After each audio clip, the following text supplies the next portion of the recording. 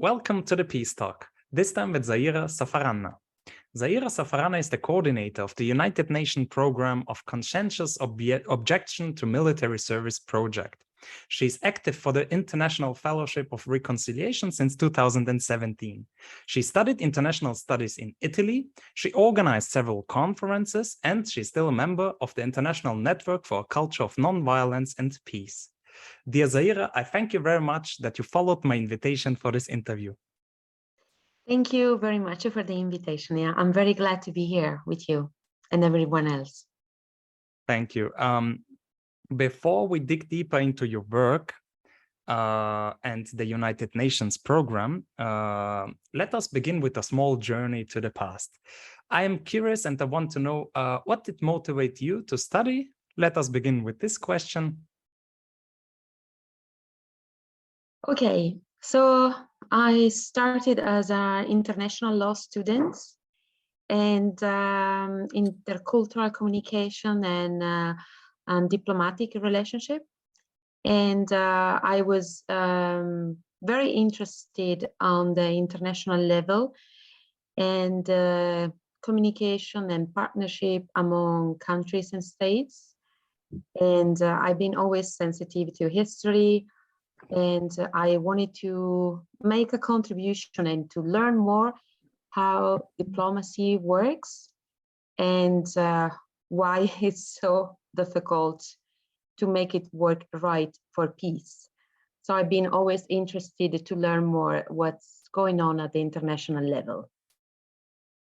Sounds very nice, yes. That was also my motivation to study political science. I was curious why people are so dumb to go to war. And yeah. The next question is, what did you have any academic role models back then when you started? Did some author, some thinker inspired you, or yeah? Well, my approach to peace issues started in the middle of my academic studies. So when I started, I was not very familiar with the nonviolence concept and peace efforts as we consider them now from a nonviolent point of view. So when I started, I really looked forward for a diplomatic profession. But while I was studying, I'm from Torino, and here we have the UN Staff College. So I was a little bit familiar with some of these contexts. We also had Staffan de Mistura working from here. So I was very interested in his work and amazed at all these UN special mandate holder trying to find solution to violent conflicts. But as I was in my academic study, I became a little bit more familiar as I was in contact with the Italian branch of Ifor, the International Fellowship of Reconciliation. And at that time was the time of the UN Decade for a Culture of Peace and Nonviolence. So I started to be involved in that particular domain, so peace education. And I found myself in my natural context somehow. So it became very easy for me to be involved there and to have excitement in learning more and practicing. And little by little, I started to work as a volunteer for the Italian branch, MIR Italy, and to take care of the international relations of MIR Italy, because anyway, that has been always my focus. And I found out more about Ifor and its history. And I also wrote my thesis on the UN Decade and the master thesis on reconciliation processes. And it's back then there I started to look at some particular people as examples. One of them is very familiar to you. It's Hildegard Goss-Mayr. I had the opportunity to participate in a workshop with her in Vienna, organized by the Austrian branch of Ifor when I was younger, and I was totally amazed. not only by the person, but really by what she did and she was willing to do. I read some books, also Hildegard Goss-Mayr and Jean Goss wrote about evangelical nonviolence and all their experiences in South America. So that was something that really touched me profoundly and deeply. And it's still my main motivation. And as you ask about models, so I can mention Hildegard Goss-Mayr, but it's more like an example of life and commitments. I don't really have models. I don't really believe in models, human models somehow, but I do believe that there are people who have a really emblematic and outstanding practices in their life. So I look at them with a lot of respect. At the same time, there are so many unknown human beings who are struggling, and they are great examples, but their names are not known. This is one of the reasons why I did dedicate my master thesis to Hildegard Goss-Mayr and a couple of other people who are less popular, let's say, but they are doing a great job for nonviolence and peace. And to me, anyone engaging in peace and struggling for peace, especially in violent contexts, they are all an inspiration to myself. Sounds very nice. I never heard of her, to be honest. What was her name? Hildegard Goss-Mayr. Yes. She is the spouse of Jean Goss. She is the honorary president of Ifor, and both of them, they have been international secretary of the International Fellowship of Reconciliation. His father is among the founders of the Austrian branch of Ifor, and she had been traveling and offering workshops of nonviolent action. She was engaging in the preparation for the nonviolent action in the Philippines in the 80s when the Marcos regime did end without a bloody fight. She was also involved together with Jean Goss in South America with the creation of Serpage. She met with Adolfo Pérez Esquivel, Nobel Peace Prize, and they worked together. At that time, he was persecuted. He has been jailed in Argentina. And from the Serpage started, now has branches in several countries in South America. So I invite anyone to read more about Hildegard Goss-Mayr and Jean Goss. Sounds very interesting. Yes. I'm curious. You are from Italy. How strong is the peace movement there? Isn't it important? It's an interesting question. So something that, especially at the local level, people say is that there is always a difficulty on gathering efforts for peace because there are so many different groups and sometimes not always ready to collaborate together. So this has been always something that I also heard in Italy, but not only in Italy. What I can say about Italy is that there are many peace movements, historical one. I can mention, of course, first of all, the Italian branch of Ifor, which was founded in Italy, thanks to Valdesians and Quaker efforts in 1952. And then we have the nonviolent movement, which was founded a couple of years later, about 10 years later, by Aldo Capitini and Pietro Pinna. And Pietro Pinna is known in Italy as the first conscientious objector, at least the first one whose experience was known and public.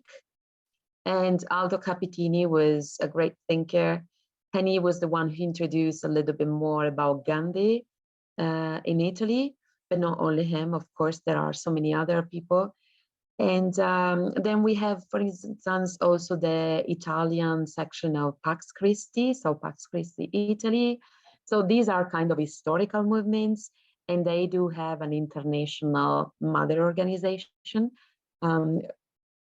for the Italian branch of Ifor, there is Ifor. For the nonviolent movement, there is the WRI, War Resistance International. Pax Christi has Pax Christi International. But then there are so many other organizations peculiar of Italy. Some like Un Ponte Per. They started with during the war in Iraq, and the name of the organization is To Bridge To.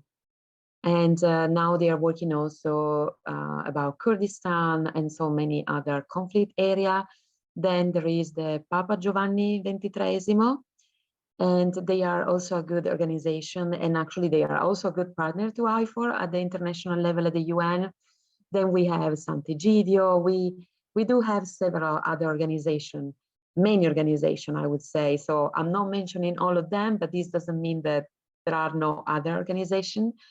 And some of these are also very involved in mediation, like Sant'Egidio was engaging also at the government level with different countries to mediate for peace. So there is a good tradition in Italy. It's very, very active, and there is a lot of variety, if we can say like this. And peace and nonviolence have been always the focus of these women's. And now that we are facing the war in Ukraine, something positive that I can register is that contrary to so many other countries, the peace voice is somehow heard in Italy, which means that there are some newspapers covering, unlike Avvenire is a newspaper who is also providing a space for the peace movements to be heard. And also we are holding a lot of public demonstrations, events in several cities and also in the capital, Rome, and they have a good coverage. But the most important thing is that contrary to some other countries, there is not a really violent fight against the peace movements in this context. And there are even some other politicians that for possibly different reasons are supporting some peace appeals as well. So this is very positive for us. We are very, very happy about that. Sounds very nice. Yeah, sounds that there is a strong movement in Italy. Sounds nice.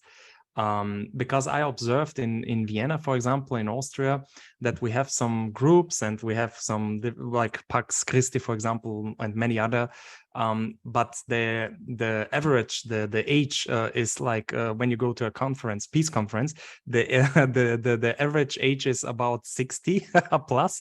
And when I go there, I'm well, I have to say that that's an issue for all peace movements around the globe. And regarding this, there has been an effort from the Italian branch of Ifor in Italy to try to reach out to the youth groups working on climate change, really to highlighting that peace issues and climate issues are interconnected and trying to collaborate. So there are a lot of proposals to work together, and in general, there is this problem. Let's say that I'm among the youngest in the peace movements. Yes, for sure. Yeah, it's no surprise. Yeah, as I mentioned in the intro, you are a member of the International Network for a Culture of Nonviolence and Peace. I'm curious, what is this network all about? So this network started during the UN Decade for a Culture of Peace and Nonviolence, 2001-2010. And it was very active during that time to trying to spread the word among different countries, to facilitate the creation of regional and local groups working on this issue. Peace education was not really on the top. Now things changed a lot, and fortunately so many groups are also addressing peace education in several countries. So that network was mainly focused on supporting and assisting the creation of local groups and trying to invite organizations to address peace education. There were the several editions of the Peace Salon in Paris. We have been involved in there.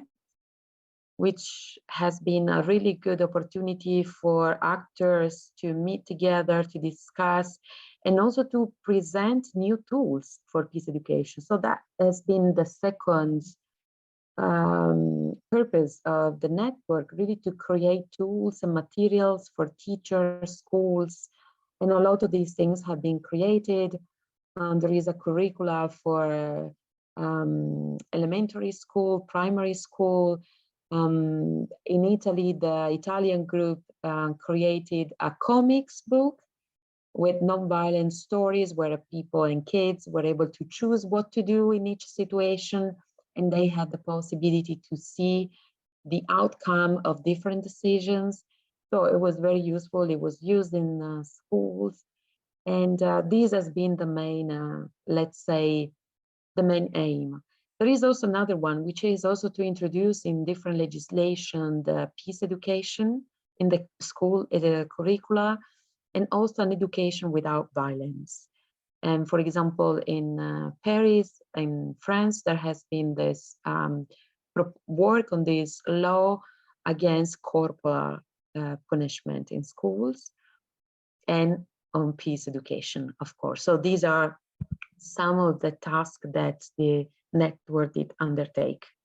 Okay, sounds interesting.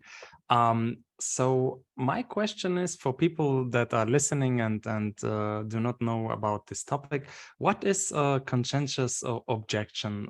So what does that mean? And how can it help to bring peace to make the society more peaceful? Thank you for this question.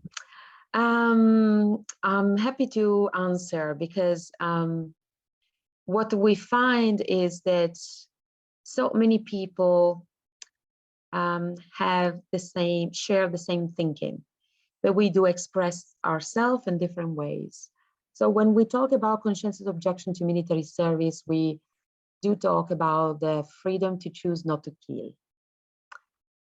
And I meet several people. I have public events, workshops, trainings, and this is something very common. Human beings don't want to kill other human beings, naturally. And when we talk about the right to conscientious objection to military service, this is the official wording, legal wording for this freedom. But normally we speak about right to refuse to kill, right to refuse to engage in the war. Something interesting about this right, this is not an appeal, this is not an expectation for peace movements.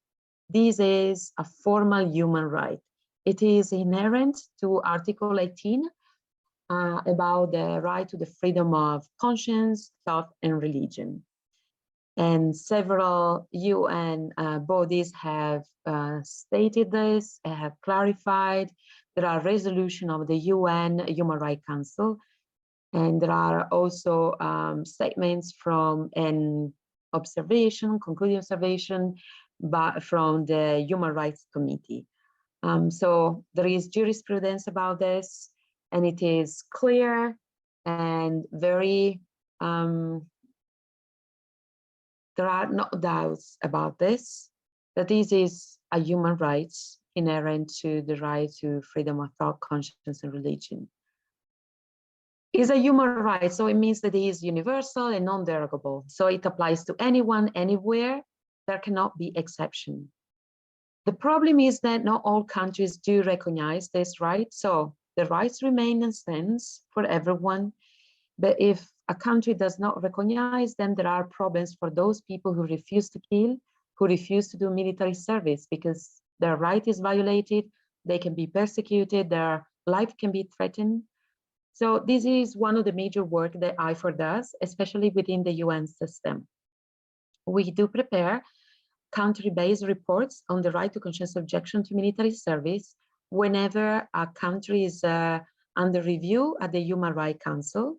It's called Universal Periodic Review, or whenever a country is reviewed by the Human Rights Committee, which is the treaty committee. So only the country which did ratify the treaty can be reviewed by this committee. the majority has ratified. But the most important thing is the UPR concerns all UN member states. So at least at the UPR, we are able to contribute for the review of all member states. Whenever we do make this report, we include all information regarding military service, the recognition or not recognition of this right, and also the violation which may be registered in the country. To recognize the right doesn't mean that the work is done and that those people have the freedom to refuse to kill. Unfortunately, many countries where the right is recognized still are not in line with international standards in the implementation. For instance, some of the most common violations are punitive alternative service, which means that the alternative service lasts longer than military service, or the nature is punitive. There are additional restrictions on conscientious objectors, or the salary they get is lower than the one for military service, or they have some other difficulties. For instance, they are sent in another region of the country to do their alternative service. This is the case, for instance, of Greece. So they have additional costs for living. Or, for instance, sometimes the commission dealing with the application are not entirely under the civilian control. There are still military officers in the commission, and this is another violation of the rights. Or, and this is the example of Israel, just to make some examples, some countries question the reason for the objection. According to international standards, the grounds for objection cannot be questioned. And in Israel, conscientious objector who declare that they object for political reasons, for instance, because they do not want to participate in the occupation, they are rejected, their application. In Israel, the selective objection is not recognized. And this is contrary to international standards, as I said. So these young people are jailed several times. Then, as we anticipated, there are some countries where the right is not recognized. Some examples are Singapore, Turkey, and Eritrea. In Eritrea, there is an indefinite national service, and the condition of this service has also been described as slave labor. And a lot of these young people, they flee the country and they look for asylum in, for example, European countries. The problem sometimes is that these young people, they don't declare themselves conscientious objectors. First of all, because possibly they don't know about this right. And secondly, because as I said at the beginning, the wording conscientious objection to military service is more a formal and legal wording. Many people, they declare themselves as, I'm a refuser, or according to my religious beliefs, I don't want to kill because this is contrary to God's law, or I don't want to learn to kill. I don't want to bear a weapon. So these are all declarations of conscientious objectors, but sometimes not using the formal wording may incur in some problems sometimes at the administrative level whenever they seek for asylum. So a lot of work is also to, first of all, to inform these people, to provide assistance to them so that they can also make reference to the international standards and the jurisprudence to see their right to be recognized and to be able to get asylum, because conscientious objectors flee in their countries because their right is not recognized and their life can be threatened. They have the right to asylum. And secondly, also, we try to work together and collaborate with governments to really better explain the situation. I mentioned Eritrea. Another really grievous case is Turkey, where the right is not recognized. And conscientious objectors are living in a status of civil death, which means they have not the right to study, to apply to the university, to work in the public sphere, restriction to the freedom of movements, and this because whenever they are stopped by the police and they are checked, if they cannot provide the military certificates, a case it's open and they have a fine to pay. Many refuse to pay because they see this as an additional violation to their right. So there are a lot of problems connected to the lack of recognition at the national level or the lack of full implementation of the right to conscientious objection. You asked me about the relation with the peace efforts.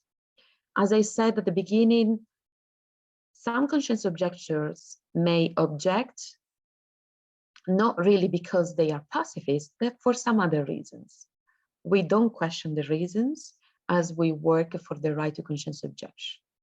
But those who do, because they really don't want to fight, and anyway, all objectors who are not engaging in war, they are contributing to making the war system a little bit more fragile. So this is anyway a contribution. If anyone, if any soldier can really think of its humanity and able to consider others human being, it would be much, much harder to really kill them. And this is one of the processes they go through in the military training, really the dehumanization of others. Now in the war in Ukraine, we did launch a campaign together with War Resisters International, the European Bureau for Conscientious Objection and Connection EV. It's called Object War Campaign. We did send an appeal to the European institutions, so the European Union, the Council of Europe, to ask for protection and asylum for all conscientious objectors and deserters from Ukraine, Russia, and Belarus. And now we did launch last September 21st, an online petition, and we invite everyone to sign and to show support. This campaign, first of all, is directed to the institution. Secondly, to the general public to raise awareness. And there are a lot of people, not only young people, who refuse to fight. In Ukraine, there is a ban for all male to leave their country, male between 18 and 60. And we know of an additional mobilization in Russia. Currently, Ukraine, even though formally they did recognize the right to conscientious objection, with a lot of lacking aspect in the implementation, because in general, the application for alternative service is accepted only if you have religious ground for the objection and if you belong to 10 specific religious groups. But currently, because of the war and the mobilization, they did suspend the right. And on January 16, we had the first conscientious objector who has been jailed in Ukraine because he does refuse to take up weapons, and he formally states that he cannot do it because it's contrary to God's commandment. And so this is another grievous violation. So our work is ongoing, and we always need to keep alert, not only in countries where there is conscription, but also in those where the conscription has been suspended, because it can anytime be reintroduced. And whenever it is suspended or abolished, it's always important that younger generation know about this right, because it's about conscience. And because anytime there can be a possibility that we are called up to defend our country with armed tools. And we do explain that the defense of the country is very, very important. We are not against that, absolutely. The problem is, what do we mean with security? Most governments, they intend armed security. Pandemics has shown that security is human security, not armed security. So this is what we are working on. and the conscientious objectors can really contribute with the alternative service to their country. Italy is one good example where conscription has been suspended, but the alternative civilian service has been changed in a civilian service. And the majority of young people, they are applying to do this civilian service, which is not anymore an alternative service, but it's an opportunity for younger people to do service and heritage of alternative civilian service. Yeah, this is very important. And I observed that many people do not know about this right. And for example, the legal scholar in Kiev, Yuri Zhelyashenko from the Ukrainian peace movement brought it to my attention. He held a wonderful keynote speech at the peace conference that we organized, VIPR and the University of Graz. And there he shed some light on this topic. But there are not many people who do that. And so, yeah, it's very important to show that there is a right for conscientious objection to military service. Yes, so, absolutely. And this is why we do collaborate at the international level with several partners, but we also work at the local level. And Yuri is one of the persons that we work on about Ukraine. And it's important to support all these peace movements locally, but also now that we talk about Ukraine, to support and to highlight all the non-violent actions which are in place. Yeah, absolutely. My question is, I ask myself, why is that? How can we explain that there is a lack of information? Yeah, I mean, it's a it's a human right. It's a, you know, on the UN level, so it's not like a small thing, local thing. How can we explain this lack of information? Is it just culture, the military culture, that you are a perpetrator, you're not a patriotic hero? Can we explain it with culture, mass media? I don't know. I ask myself. Well, there can be several answers, and it's something that we work on because we are really helping to raise awareness on this topic, and our aim is to collaborate with member states. We are not in opposition. We want to collaborate together. At least this is what Ifor is striving to do. As I said, there can be several reasons. One is for sure the militaristic culture we are in. We cannot deny this. And it's, we started this interview talking about the UN Decade for a Culture of Peace and Nonviolence. And that was launched by Nobel Peace Prize awarded people, because really they saw the urgency to shift from a culture of violence to a culture of peace. And that was already more than 10 years ago. So this culture of violence has become more and more structured as a militaristic culture. We see the militarization of society in several countries. Each country has its own situation, but we see that there is this common item.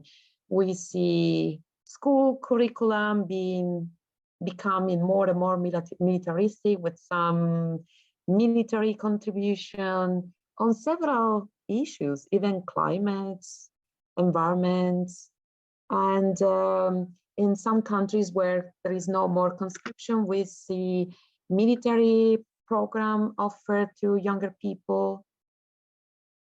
So there is this tendency, and also the pandemic has shown that the culture of violence or the militaristic vision prevails somehow. In Italy, they called for a military officer, high-rank officer, to coordinate the action for the pandemics. And this because military is very well organized and very well structured. So this is why we need to organize well peace efforts and to structure peace efforts. There are so many proposals in several countries to have, for instance, a ministry for peace, or to have some program of study and research on peace. And this is something that we should work more, because we need systematic peace efforts, somehow peace program. But then something else is also about culture, cultural stigma. There is a lot of this, and of course this comes from the culture of violence and militaristic, or for example, masculinity. These are all items that in several countries prevail more than in others. So this can be one. And the other one is, I already mentioned, is the concept of security. And history has taught us that nonviolent action work, but not many people know about this. Little by little, there are researchers who are publishing books, videos. So we need to share more about nonviolent action and how nonviolence has succeeded in overcoming regimes and situation of injustice and violence, because it does work, but it's not known.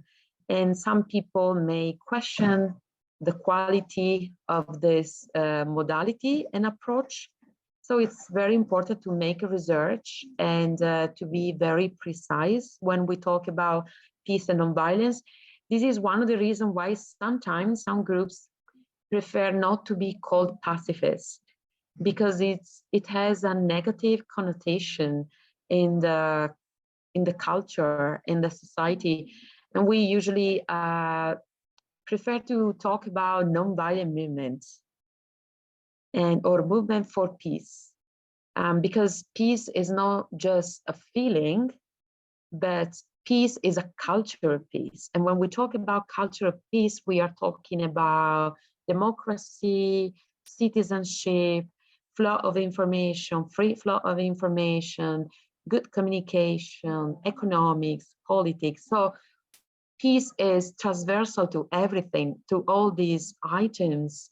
And nonviolence is the way, the approach to all these things. But peace is not just a feeling, but peace is really a vision that you have whenever you deal with politics, economics, school, curricula. And this is really a shift of thinking. There are so many groups working on this. It takes time, but we see that it's increasing the number of people who are really working on this. And it's important, as I said, that this is not only done as a hobby or free time activity, but this should be a profession to work for peace. Yeah, sounds very great. Yes. I observed, for example, that the Austrian military is doing advertising. They are looking for personnel, and they are showing some advertising, and you have the feeling that, wow, that is very adventurous, and you are the hero. You're flying with a helicopter, and it's funny for me because they are showing that you can be a hero, and it's funny to watch that. I'm not saying that every soldier is a killer, but I'm saying that we have to, have a different look at this organization, and we need specialists who, when, for example, there is a catastrophe in a country, that can help, that are trained, that are well educated, well informed, well organized. We need such an institution. I do not want to call it military because I'm anti-militaristic, but let's call it help organization. Yes, something important to highlight is when we talk about these items, we are not talking against soldiers. This is very important. When you have a nonviolent vision and approach, you want everyone to be part. And so we are talking against decisions, thinking, plans, proposals, and initiatives. We are not talking against people, absolutely not. What you witness in Austria happens also in Germany, in so many other countries, everywhere. And again, it's about what's a hero. when I think of a hero, I also think of a fireman. They use helicopter as well. So I think it's made in purpose, right? Why don't we have this advertising for firemen? For example, this is just a very simple example. So I think, oh, this is made in purpose for some reasons. So it's good that someone can feel a hero, meaning that I'm saving lives. And I think that it's good for us that we raise questions. Why don't we have similar advertising to apply to become a fireman, for instance? They are really hero, or doctors, medical doctors, or, you know, there are, I think we need to break a little bit that restricted view that we are offered by society connected to a culture of violence, a culture of masculinity, or a culture, a militaristic culture. Because if we raise questions, then maybe we start to open up a little bit more a vision, and we actually start to value so many other people who are not properly valued within the community and the society. If you talk, I made this simple example of firemen, right? But if you talk to them, they are not really willing to advertise so much. They feel that as a mission, their duty, and what they do, they just work and they save lives. And I think that's the genuine attitude of an hero, right? So that's interesting. And I would say just raise question, make question, you know, ask yourself why. Sometimes the most important thing is to pose a question rather than getting an answer, really posing a question. But I would like also to say something positive about Austria. The Austria, we found that Austria is one of the countries where actually there is a good communication about alternative civilian service. So the young people can really have information and have the possibility to choose what they prefer to do. So in this case, this is a really good practice of Austria. And they're helping the society a lot because, for example, they're working for kindergartens, or I did my service for an institution for people, young children with disabilities, and I helped them. So yeah, it's a tough work, and it's a lot tougher than people think of. And yeah, so, and we help the society. So yeah, I believe that this is a service that is very important for the society. Yes, I'm glad that you mentioned that. So how can I imagine the Ifor work? How does it work? Do you give legal assistance, or can I report, for example, when I know somebody, or when I'm, for example, the state is calling me, okay, I have to do now the military service, or we are in a war, so I have to do yeah, this military service in the and then how does it work? Should I call Ifor, or do I send a report? Do you send the report, or So as I said, we do work in partnership with other international organizations. I mentioned WRI and CUNO. CUNO is focusing more on international standards, so we do a lot of things together with them within the UN system. WRI is more active at the local level with individual cases, and we are the one taking upon ourselves the task of putting the issue of conscientious objection on the table in the agenda at each session of the Human Rights Council. We stand and take the floor in the plenary to talk about these issues. And also, as I mentioned earlier, we also prepare country-based reports. So this is very important. But in order to do these country-based reports, we need to get information from the ground. So one way we collaborate is also that local human rights defenders, conscientious objectors, or organizations working on this issue, they reach out to Ifor, providing information, explaining the situation. We work together. Some of the assistances we do is that we are able to refer individual cases to the UN, for instance, and then we have good connection with other organizations who possibly can also provide some legal assistance with lawyers. And so each one of us, international partners, they have different, we have different tasks. And it's very good because we are not overlapping, but it's really a combination of different struggles. So when we talk about Ifor started in 1914, and it started really with a personal commitment to refuse to engage in World War I. So the right to refuse war and to kill is really one of the roots of Ifor, and this is why we are continuing to work.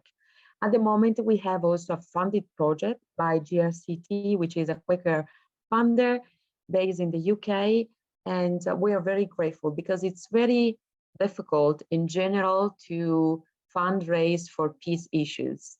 It's even harder when you have a thematic work such as the one on the right to conscientious objection. So thanks to their support, we are able to make research. We are able to host human rights defenders and conscientious objectors in Geneva, the UN, and so that they can provide first-hand experience. We can do advocacy initiatives together, but also we do run other activities to raise awareness, to inform, and also to show international solidarity. This is very important to make these conscientious objectors know that they are not alone, that there is an international community supporting them. So this is very important. So to go back to your question, we have, as Ifor, we have several branches in several countries. So through our branches, we are able to connect with local human rights defenders to be aware of local issues and to bring them at the international level, because we are active at the UN, not only on the right to conscientious objection, but also we do work a lot on nuclear disarmament. And this week we are going to have the Ifor Global Day of Action on nuclear disarmament on the occasion of the 2nd anniversary of the entry into force of the UN Treaty to ban nuclear weapons. So everyone is welcome to join. And we are a partner to ECAN on this. But we do address also some other issues connected to migrants and refugees issues, or the right to life, climate change, and some other rights also connected to peculiar issues raised by our local branches. And then, as I said, we are in contact with several local organizations, and it's very important at the international level, or it's very important that the international level and the local level are connected. Locally, you cannot succeed if you are not backed by international action.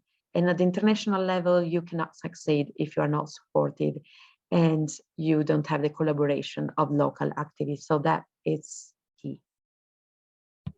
Yeah, sounds very interesting. Earlier we mentioned examples like Turkey and Israel.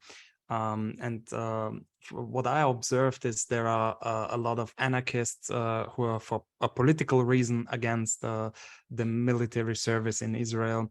There are anarchists against the walls, for example. There are a lot of social movements. And there is also this Orthodox Jewish community. So they are for a religious reason against the military service. So Israel is in this kind a special case, and I saw a lot of police brutality and so on to get them into the military.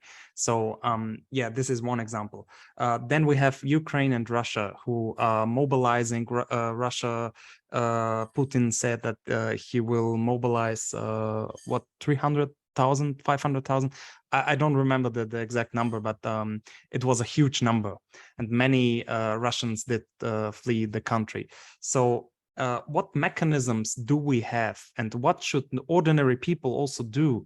Should they write to a local politician? Should we, for example, you mentioned also the petition. What should we do in order to get political asylums more popular, or to raise the question of how to help these soldiers who do not want to fight? Because migration and political asylum it's also very important. How to help these people? Yes. So first of all, we said that one problem is that there is a lack of information. So as individuals and as groups, we can organize events to raise awareness. We can invite, even virtually now with the pandemics, we have become very familiar with virtual tools.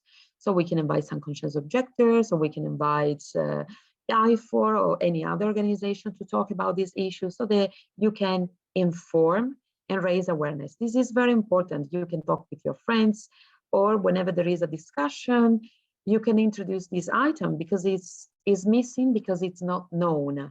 So it's very important because public opinion is also made out of this discussion among people, among citizens. So this is one thing that you can do. Make an event, raise awareness. You can use the social media.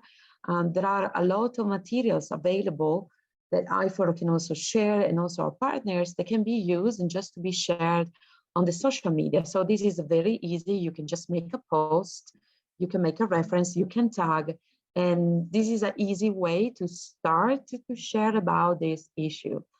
Then whenever there is an individual case or a particular situation, there are several actions that individuals and groups can do.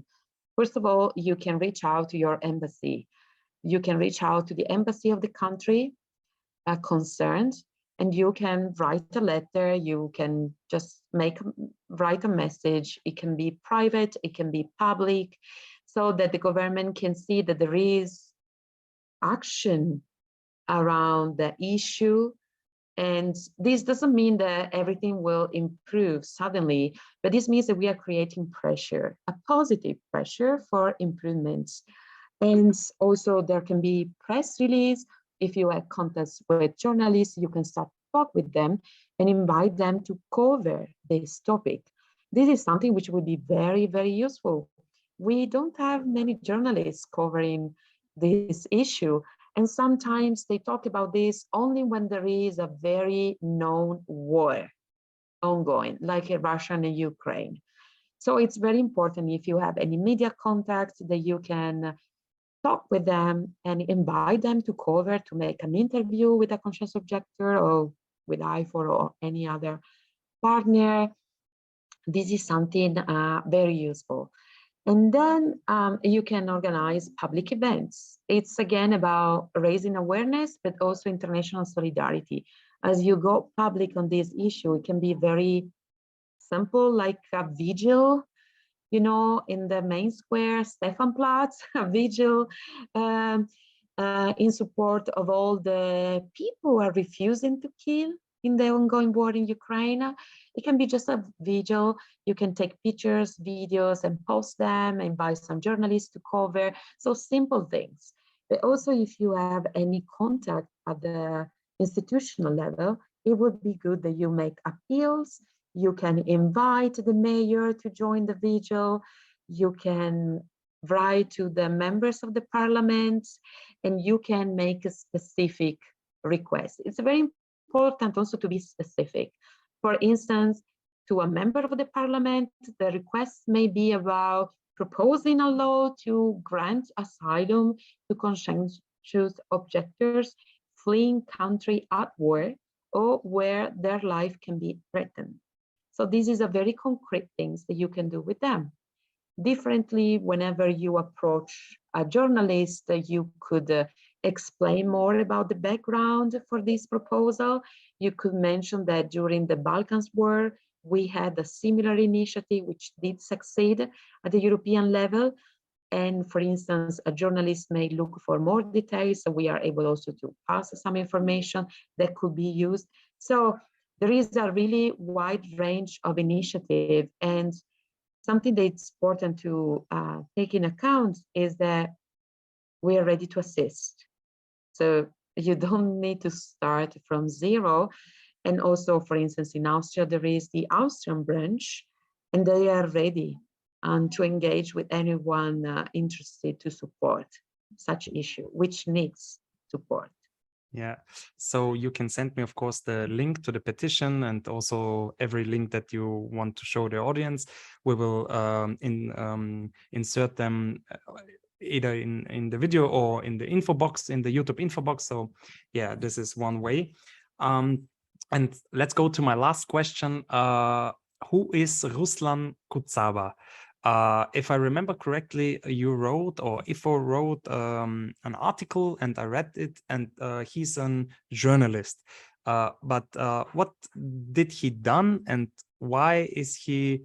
I mean, he went several times to court or something. So please explain us who is Ruslan. Thank you very much. This is an interesting question because it allows us also to explain that the right to conscientious objection is linked to so many other rights. We already mentioned social rights for all the violations that some conscientious objectors have faced, but also about the freedom of expression. Ruslan Kuzaba is a journalist, is a Ukrainian journalist. In 2015, he posted on YouTube a video where he invited his citizens to refused to engage in the war in the eastern part of Ukraine.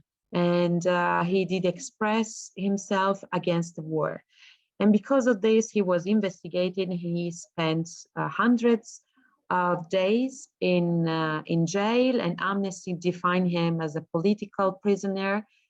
And unfortunately, as you already mentioned, he had to go to court several times.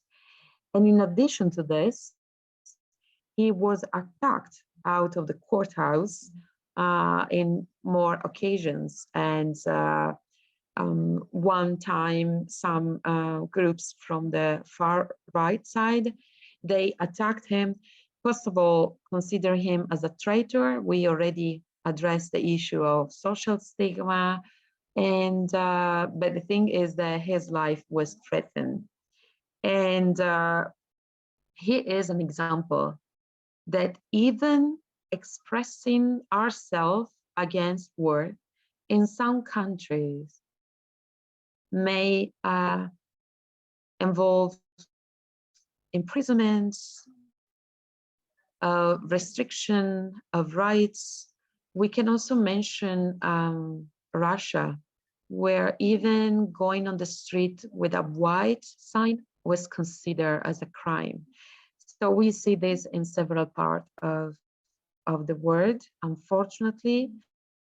Of course, Ruslan Kuzaba is a known case and helps to raise awareness on this issue, but we need not to forget that unfortunately there are thousands of other Ruslan Kuzaba everywhere in so many countries, and we see more and more the criminalization of those expressing themselves against war or even expressing themselves for rights.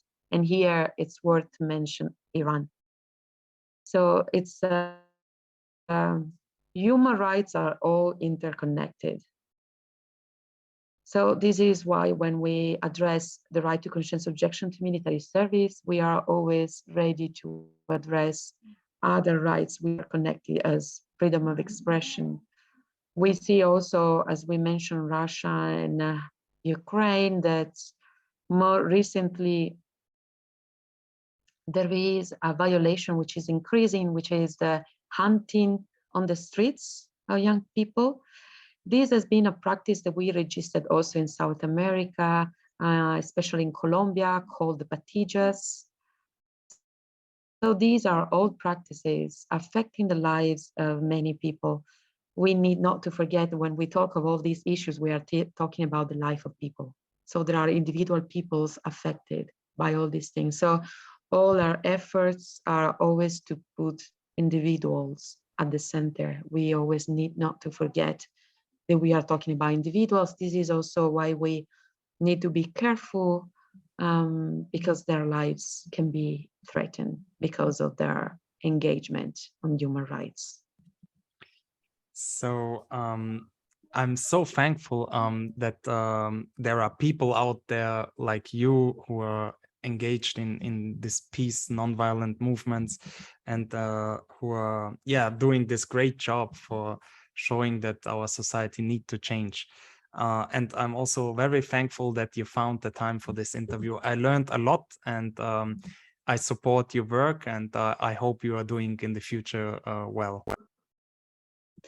I thank you. I also remind that I'm alone and I'm not alone in this. I'm part of international movements, And we work together with many partners. There are so many people engaging, and I am grateful for coordinating so many experts willing really to help and to work. And as Ifor, we also feel the heritage that we receive by all those who did work on these things before us. A couple of days ago, we did celebrate the anniversary of the birth of Martin Luther King. He was a member of our branch in the USA. I don't have to explain what he did and what his heritage means to all of us, but something important that he said is that one way or another, people need to learn to live together and to overcome violent conflicts, and nonviolence is the way, and love is the key to this method for sure. Thank you. Thank you for the wonderful words. Thank you very much for your time.